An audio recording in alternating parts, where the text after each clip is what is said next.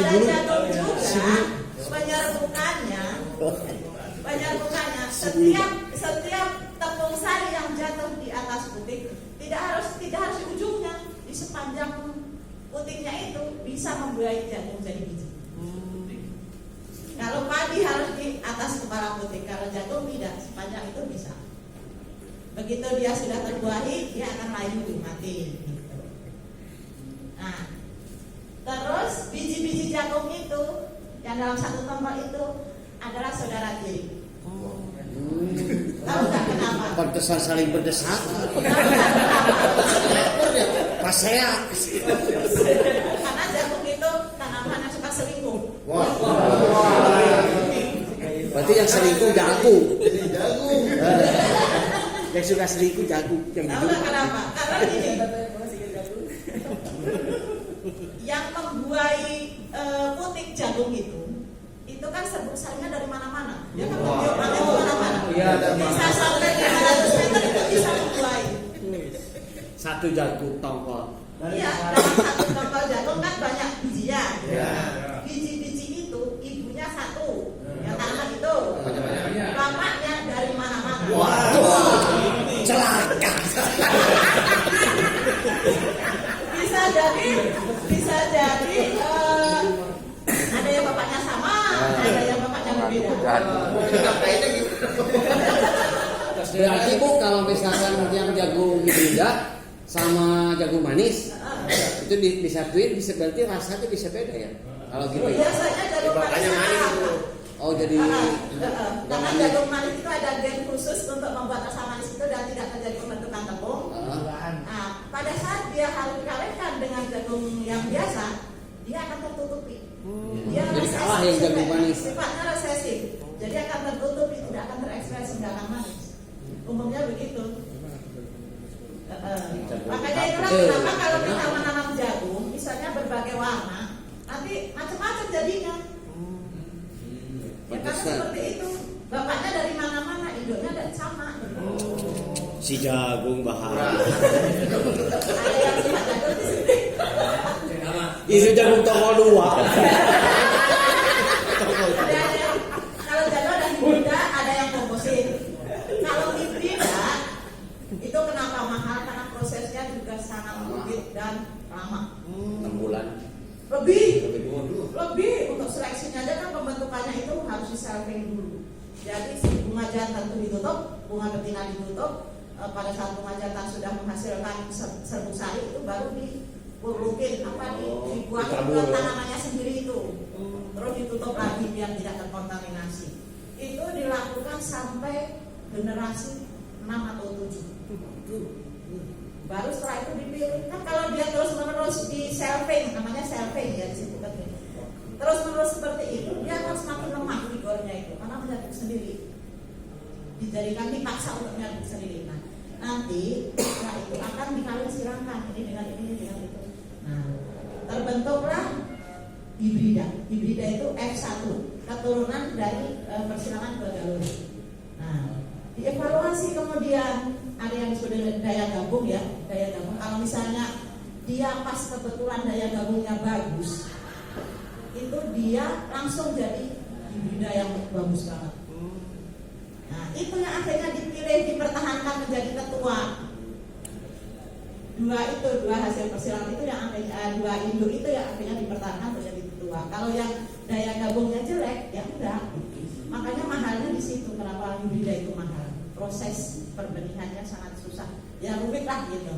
Kalau bersari bebas itu kita bisa mengambil dari varietas unggul jagung dari mana aja, kita satukan, kemudian bebas aja biar berkawin silang sampai akhirnya dia stabil hasilnya.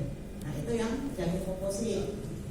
Biasanya hasilnya lebih rendah daripada hibrida. Kalau hibrida itu kan ada sifat yang disebut dengan vigor hibrida. Jadi keturunannya itu melebihi kedua-keduanya. Gitu. Vigor hibrida. Lanjut lagi.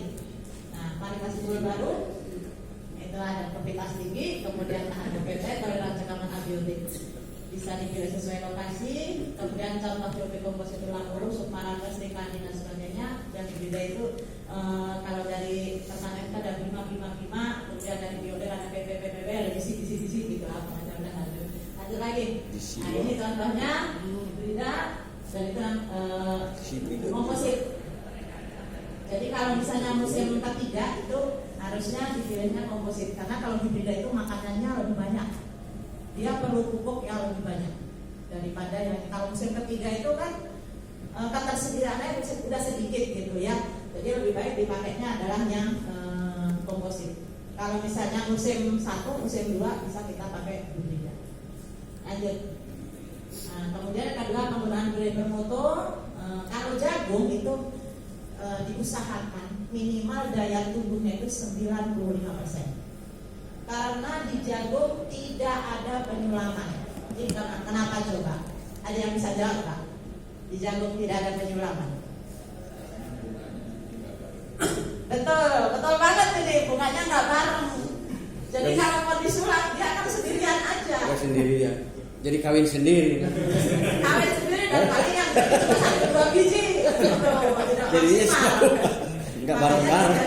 Tidak ada penyulaman.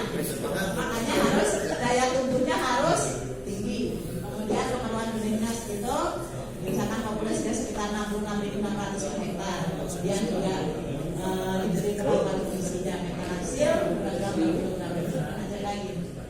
Ini penyiapan lahan kalau jagung untuk lahan kering harus diolah dengan bagus dengan sempurna. Kalau pada lahan sawah tidak diolah pun tidak apa-apa, masih ada air, sisa air itu bisa langsung ditanam dengan TOT atau TOM. TOT tanpa olah tanah. TOM pengolahan tanah ringan lah pokoknya minimum. Kemudian pengolahan pada jagung sekaligus untuk pengendalian gulma. Jadi sekaligus untuk mengendalikan gulma pada saat mengolah lahan jagung. Nah ini kalau untuk menggunakan herbisida itu harus hati-hati pemilihannya. Jangan sampai herbisida yang digunakan itu salah ternyata untuk jenis rumput-rumputan. Ini jagungnya pun kena kalau herbisidanya untuk jenis rumput-rumputan. Karena kalau misalnya untuk gulma berdaun lebar ini masih lebih selamat ya karena beda gitu jenis tanamannya. Lanjut lagi. Ini penyiapan lahannya, bersihkan gulma, dibajak, digemburkan. Kemudian di lahan kering bisa dikasih bubulan seperti itu. Terus dikasih kaptan, kapur pertanian. Nah karena apa kan biasanya lahan itu kan masam sampai agak masam ya. Untuk menetralkan supaya pH-nya menjadi mendekati normal itu kita kasih kapur pertanian. Kemudian ada pembenah tanah juga itu untuk meningkatkan pH, bahan organik juga. Kemudian biochar itu arang ya, kalau nggak salah arang aktif biochar itu. Kemudian pori-pori sehingga bisa meningkatkan keselamatan juga.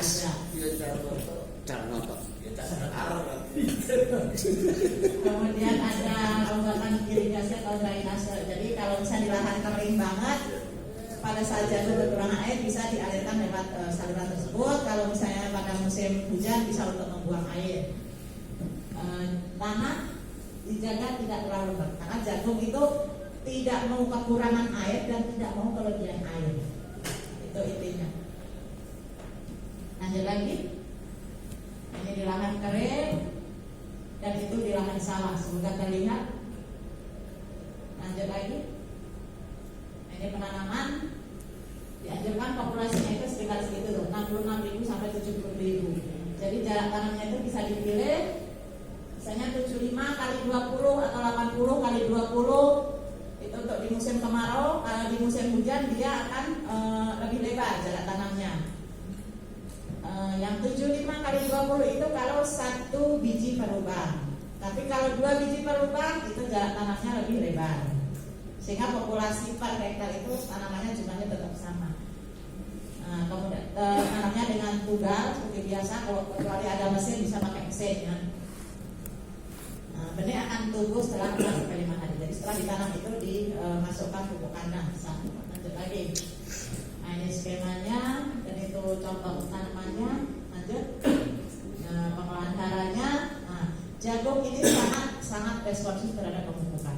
Jadi dia kalau kekurangan sedikit saja sudah terlihat banget pertumbuhannya itu mereka tetek. Tidak tumbuh dengan baik Kalau telur merek kan Kerdil. kerdil. Jadi jelas banget lah. Kurang langsung dia tidak hijau. Kurang gizi. Kalau padi masih mending. Kalau ini mah benar-benar tanaman sangat manja. Jadi unsur hara utama di pohon itu NPK. Bisa pupuk tunggal, bisa majemuk. Menggunakan kapur atau organik tadi. Supaya apa? Coba bahan organik dan kapur ini dengan pH yang netral, penyerapan unsur hara itu akan lebih baik. Jadi pupuk yang kita berikan itu tidak akan sia-sia. Kalau misalnya tidak ada bahan organik ini, kan bahan organik tadi kan untuk perbaiki sifat fisik, kimia dan biologi tanah. Nah, dengan ada sifat itu yang baik, maka akhirnya unsur hara itu bisa terserap dengan baik. Nah, karena pada misalnya tanahnya terlalu masam, unsur hara yang kita berikan itu, kalau fosfor itu dia akan terikat di tanah, jadi nggak bisa dimakan oleh tanaman. Terikatnya oleh apa? Oleh zat besi, Fe. Bisa juga terikat oleh aluminium, Al. Kemudian bisa juga diikat oleh koloid yang ada dalam tanah. Sehingga segimanapun banyaknya kita kasih pupuk itu nggak akan bisa tersedia bagi tanaman, nggak akan bisa dimakan oleh tanaman. Nah, kalau pada saat pH yang terlalu tinggi, misalnya sampai 9, 10, itu terikat juga ternyata fosfor itu oleh Ca. Jadi memang pH itu sedapat mungkin netral supaya pupuk yang kita berikan itu bisa efektif. Kemudian rekomendasi pemupukan itu seperti tadi Permentan 3 2022 ada di situ. Cara pemupukannya penempatan pembeda tanaman jarak sekitar 5-10 cm, jangan sampai nempel banget, takutnya panas tanamannya langsung bereaksi dengan cara dibugar. Lanjut. Nah ini kebutuhan unsur NPK jagung. Jadi nitrogen, fosfat, kalium. Bisa dibaca sendiri di situ. Nah ini POC kalau bisa diberikan juga 10 sampai 15 liter per hektar, pupuk hayati 2,5 sampai 5 liter per hektar. Ini untuk mengurangi pupuk kimia. Jadi dengan dibantu oleh POC dan pupuk hayati nanti takaran dari NPK itu tadi akan berkurang. Lanjut lagi. Nah ini waktu cara dan waktu aplikasi, jangan disebar di atas. Apalagi urea, dia akan menguap. Urea itu sifatnya mudah larut, mudah menguap, mudah tercuci. Itulah kenapa urea itu diberikan beberapa kali, karena sifatnya seperti itu. Nah, kalau ditaruh di atas seperti itu, nggak akan bermanfaat bagi tanaman. Dia akan menguap oleh matahari juga. Sebaiknya ditugal dan ditutup tanah, sehingga nanti dia akan bereaksi dalam tanah, kemudian diserap oleh akar. Dan kalau ke tanaman itu disemprot ke daun. Kemudian pemupukan itu harus memperhatikan cuaca juga, hujan atau tidak. Sebaiknya juga tidak hujan ya. Kemudian pagi itu jam 7 sampai jam 10, sore jam 15.30 sampai 17. Mungkin biar sinar matahari nggak terlalu terik juga. Aplikasinya seperti itu. Lanjut lagi. Nah, ini rekomendasi, contoh rekomendasi. Saya kira ini sudah tahu semua. Kalau ini yang tentang pupuk seperti ini. Ini rekomendasi ini hampir satu kabupaten itu biasanya sama semua. Padahal harusnya di jagung juga ada yang seperti padi tadi aplikasinya semacam LKP. Tapi sampai saat ini saya belum tahu yang di jagung aplikasi seperti itu. Lanjut. Ini bisa juga menggunakan untuk ini khusus untuk nitrogen nih, bisa menggunakan bahan warna daun. Tapi saya juga tidak tahu ini sekarang bisa diperoleh di mana, karena balit sereal juga sekarang udah nggak ada. BBD. Ya, ada Bapak ada. Ada. Oh ada. Ini berarti sudah ahli ini, nggak usah diterangin lagi. Lanjut lagi. Ini penyiangan dan pembubunan. Jadi periode kritis jagung terhadap gulma itu 30 sampai 60 HSD. Kalau banyak gulma tidak akan maksimal hasil jagung karena unsur haranya disedot oleh gulma. Nah, itu sangat kritis kalau jagung itu sangat kritis. Nah, sebelum masa kritis itu harus dilakukan penyiangan. Misalnya seminggu sebelumnya harus sudah disiang. Biasanya dilakukan dengan pembubunan untuk supaya tanaman itu menjadi kokoh dan tidak mudah retak. Lanjut lagi. Ini drainasenya semoga kelihatan. Jadi untuk memudahkan pemantauan air, kalau kelebihan dibuang, kalau kekurangan bisa ditambah lewat situ. Lanjut lagi. Ini OPT yang pertama adalah lalat bibit, kemudian penggerek batang, bule yang sangat banyak banget bule ya. Kemudian malah daun. Lanjut. Ini kehilangan hasil akibat hama itu rata-rata 30%. Penggerek batang 12,7%. Kalau ulat geraya itu bisa sampai gagal panen kalau misalnya sangat ini. Kalau sekarang yang beredar itu banyaknya adalah yang frugiperda itu ya, yang seperti itu lah, seperti itu. Kemudian ini bule itu sepertinya sudah penyakit yang sangat umum yang utama di jagung. Jadi kalau ada penyakit bule ini sebaiknya langsung dieradikasi aja tanaman yang terkena supaya sebelum sporannya itu menyebar. Lanjut. Ini hamanya seperti tadi sudah bisa dilihat tuh fase pertumbuhan. Misalnya ini fase 1 itu mulai tanam sampai tanaman tumbuh, itu belum ada. Kemudian mulai tumbuh hingga tanaman berbentuk bunga jantan dan bunga betina, itu nomor 2. Nomor 2 itu lalat bibit ya, Aterigona sp. Itu dia sangat kencang serangannya tuh, plusnya 2. Lalat bibit. Kemudian ulat tanah, lalat bibit, uret, penggerek batang jagung, ulat geraya, ternyata fase pertumbuhan nomor 2 itu yang mulai tumbuh hingga terbentuk bunga, itu banyak banget namanya. Kemudian itu yang paling parah untuk penggerek batang itu di fase 3, penyerbukan dan pembuahan. Yang suka kita lihat kalau di toko kita buka kan kadang ada ulatnya gitu ya. Nah seperti ini. Lanjut. Nah ini pengendalian OPT-nya yang jelas adalah teknik budidaya dan harus pengendalian yang ramah lingkungan. Teknik budidaya secara fisik, biologi, pestisida nabati dan kimia adalah alternatif terakhir. Lanjut lagi. Ini musuh alami. Jadi ada hewan-hewan ini Pak, belalang, laba-laba, kumbang kopsi, semut hitam ini jangan dibunuh karena dia akan memangsa hama. Jadi diupayakan itu tetap hidup, ini musuh alami mereka. Kalau pada budidaya yang sehat, mereka akan berkembang. Termasuk capung itu di sawah itu juga dia musuh alami juga. Jadi banyak kalau kita cari musuh alami mungkin banyak lah jenisnya ya. Lanjut lagi. Ini dengan pestisida nabati. Jadi pestisida nabati ini sebaiknya sih diaplikasikannya sejak awal sebelum semuanya terlambat. Karena kalau sudah ada serangan yang kuat baru diaplikasikan itu sepertinya tidak akan efektif. Lanjut lagi. Ini penyakit utamanya tadi yang utama adalah bule, itu dia klorosis atau kehilangan klorofil, daunnya terlihat sangat terang, pucat. Itu berarti dia kena penyakit bule. Kemudian tanaman dari kerdil tidak tumbuh. Jadi pengendaliannya itu cari varietas yang tahan bule. Kemudian dilakukan perlakuan benih, dicabut dan dimusnahkan tadi kalau misalnya sudah terlihat supaya tidak menular kepada tanaman yang lain. Kalau mau disemprot sudah parah bisa disemprot dengan ini. Lanjut lagi. Ini ada virus mosaik kardil, ini juga mungkin sering kita temui. Sebenarnya pengendaliannya hampir sama ya. Lanjut.